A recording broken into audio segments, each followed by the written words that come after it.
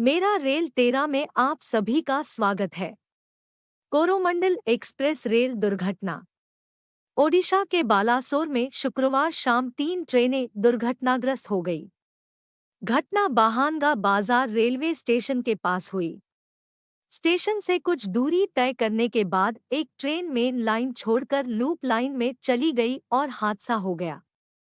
कोलकाता से करीब 250 किलोमीटर दक्षिण और भुवनेश्वर से 170 किलोमीटर उत्तर में बालासोर जिले के बाहानगा बाजार स्टेशन के पास शुक्रवार शाम करीब 7 बजे भीषण ट्रेन हादसा हुआ। इस हादसे का शिकार 3 ट्रेनें हुई जिसमें Coromandel express, Bengaluru Howrah superfast express और मालगाड़ी शामिल है। हुआ क्या है? इस भयावह हादसे में कोरोमंडल एक्सप्रेस मालगाड़ी से टकरा गई। ट्रेन का इंजन मालगाड़ी के डिब्बे पर चढ़ गया। टक्कर के बाद कोरोमंडल एक्सप्रेस के 13 डिब्बे बुरी तरह क्षतिग्रस्त हो गए। इनमें सामान्य, स्लीपर, एसी 3 टियर और एसी 2 टियर के डिब्बे शामिल थे। कुछ डिब्बे बगल के ट्रैक पर भी जा गिरे। उस वक्त दूसरी ओर से बेंगलुरु हावड़ा सुपरफास्ट एक्सप्रेस को गुजरना था। बेंगलुरु हावड़ा एक्सप्रेस के ट्रैक पर कोरोमंडल एक्सप्रेस के डिब्बे गिरे हुए थे। इसकी वजह से बेंगलुरु हावड़ा एक्सप्रेस इन डिब्बों से टकरा गई। टक्कर के चलते बेंगलुरु हावड़ा एक्सप्रेस के सामान्य श्रेणी के 3 डब्बे पूरी तरह क्षतिग्रस्त होकर पटरी से उतर गए। हादसे के बाद लोगों की चीख पुकार शुरू हो गई। चारों तरफ खून से सने क्षतविक्षत और अंगविहीन शव ही दिख रहे थे। कोरोमंडल एक्सप्रेस 128 किलोमीटर प्रति घंटे की रफ्तार से चल रही थी। Bengaluru Howrah superfast express 116 kilometre प्रति घंटे की रफ्तार से आ रही थी। दोनों ट्रेनों में लगभग 2000 यात्री सवार थे। स्टेशन के आसपास ही लूप लाइन बनाई जाती है, जो आम तौर पर 750 मीटर लंबी होती है, ताकि एक से ज्यादा इंजन के साथ चलने वाली मालगाड़ियों को वहां खड़ा किया जा सके। जहां हादसा हुआ, उस रूट पर कवच प्रणाली एक्टिव नहीं थी, जो एक ही ट्रैक पर 2 ट्रेनों के आ जाने की स्थिति में हादसे को रोकती है। शुरुआती जांच कहती है कि सिग्नल मिलने के बाद कोरोमंडल एक्सप्रेस स्टेशन से रवाना हुई। आगे जाकर वह अप मेन लाइन छोड़कर लूप लाइन में चली गई, जहां मालगाड़ी पहले से हुई और कोरोमंडल एक्सप्रेस के डिब्बे डाउन मेन लाइन पर आ गए, जहां दूसरी train Bengaluru Howrah superfast express आई। इसी वजह से कई लोगों की जान गई।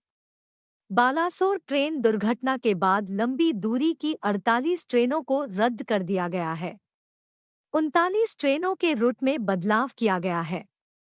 इसके अलावा 10 ट्रेनें ऐसी भी हैं जिन्हें आंशिक रूप से रद्द किया गया है।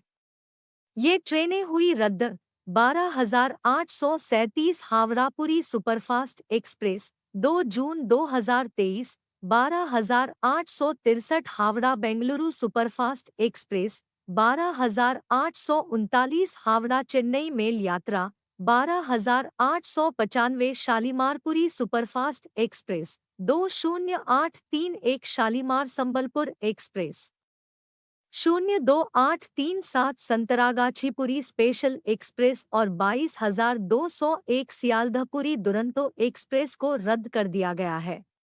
इन ट्रेनों का बदल गया रूट 032292 जून 2023 को पुरी से Puri Patna special via जाकपुराजरोली root से चलेगी। 12,840 चेन्नई हावड़ा मेल चेन्नई से जाकपुरा और जरोली रूट से चलेगी। 18,048 Vasco D gamma Howrah Amravati express Vasco से जाकपुरा जारोली रूट से चलेगी।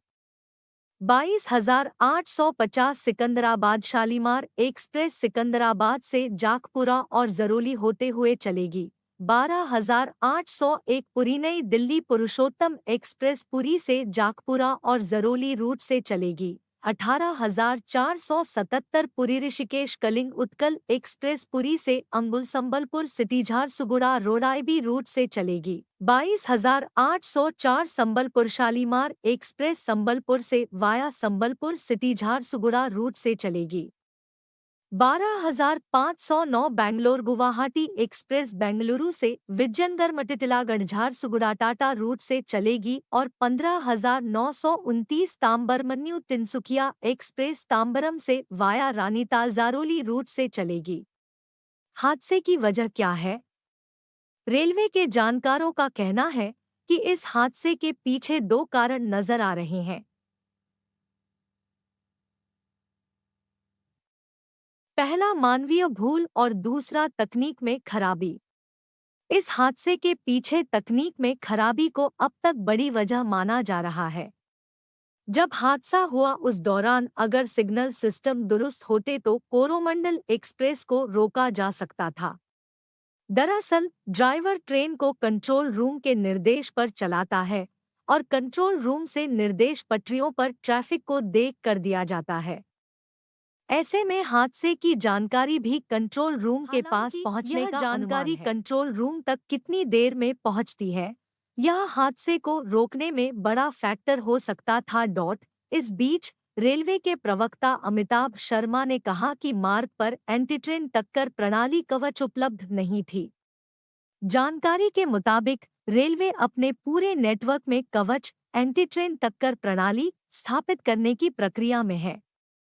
दरअसल कवच उस वक्त अलर्ट करता है जब लोको पायलट किसी सिग्नल पासड एट डेंजर एसपीएडी को पार कर जाता है, जो ट्रेन टक्करों की प्रमुख वजह है। यह सिस्टम लोको पायलट को अलर्ट कर सकता है, ब्रेक पर नियंत्रण कर सकता है। इसके साथ ही यह ट्रेन को निर्धारित दूरी के भीतर उसी लाइन पर दूसरी ट्रेन को नोटिस करने पर ट्रेन को स्वचालित रूप से रोक सकता है। क्या हादसे को टाला जा सकता था? रेलवे बोर्ड के पूर्व सदस्य सुबोध जैन अमर उजाला से बातचीत में कहते हैं कि आज के दौर में कई प्रकार की नई तकनीक आ गई है। पहले के हादसों में ट्रेनों के कोच एक दूसरे ऊपर चढ़ जाते थे, लेकिन अब नए एंटी क्लाइंबिंग कोच ट्रेन में लगाए गए हैं। यह एलएचबी कोच एक दूसरे के ऊपर नहीं चढ़ते हैं। इसके बावजूद इस हादसे में इतने लोगों की मौत होना अपने आप में रेलवे के सिस्टम पर सवाल खड़ा कर रहा है। यह रेलवे का एक बहुत बड़ा सिस्टमेटिक फेल्यूर है। हर बजट में कवच और ट्रेनों के सिस्टम, ट्रैक और सिग्नल सिस्टम सुधारने के लिए करोड़ों का बजट आवंटित किया जाता है। इसके बावजूद यह हादसे कैसे हो जाते हैं? जैन कहते हैं कि इसी हादसे के बाद रेलवे के अधिकारियों को एक्शन लेना चाहिए था, जिससे बेंगलुरु हावड़ा एक्सप्रेस को हादसे से रोका जा सकता था। मेरा रल तेरा को सुनने के लिए आप सभी का शुक्रिया।